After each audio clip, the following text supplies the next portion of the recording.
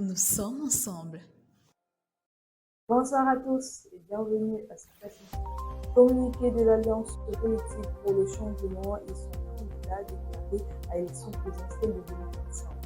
L'Alliance politique pour le changement et son candidat, le professeur Moscampo, tiennent à porter à la connaissance de l'opinion publique nationale et internationale que le Congo n'a été mandaté par l'APC, son candidat, pour engager des négociations en leur nom dans le cadre de l'éventuelle désignation candidat dit consensuel.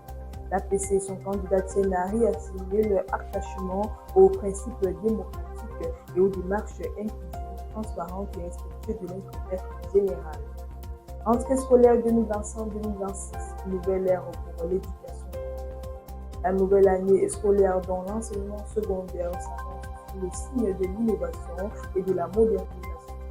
De nouveaux programmes seront développés dans les domaines de la technologie numérique, construction, génie civil, agro-industrie et bienvenue.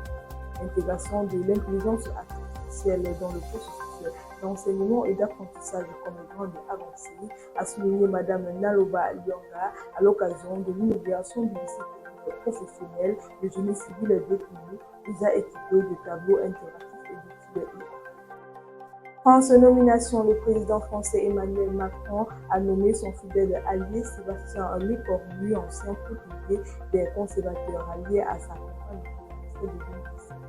Au poste de Premier ministre déjoint ainsi les attentes d'un virage à gauche.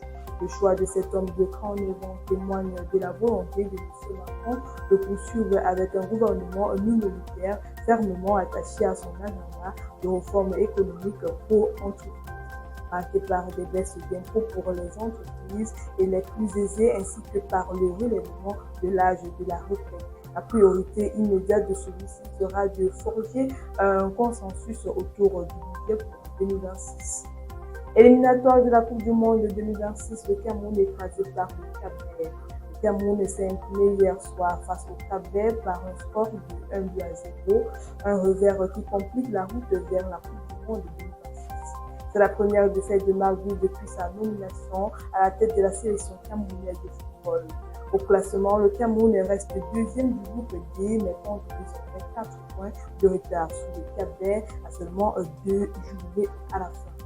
Les Lions n'ont plus droit à l'erreur. Il faudra absolument s'imposer face à l'île Maurice et à l'Angola pour espérer voir la Coupe du Monde 2026. Courage à nos Lions. Et c'est tout pour ce point d'actualité, mesdames et messieurs. Merci de nous avoir suivis et restez connectés sur le Campus.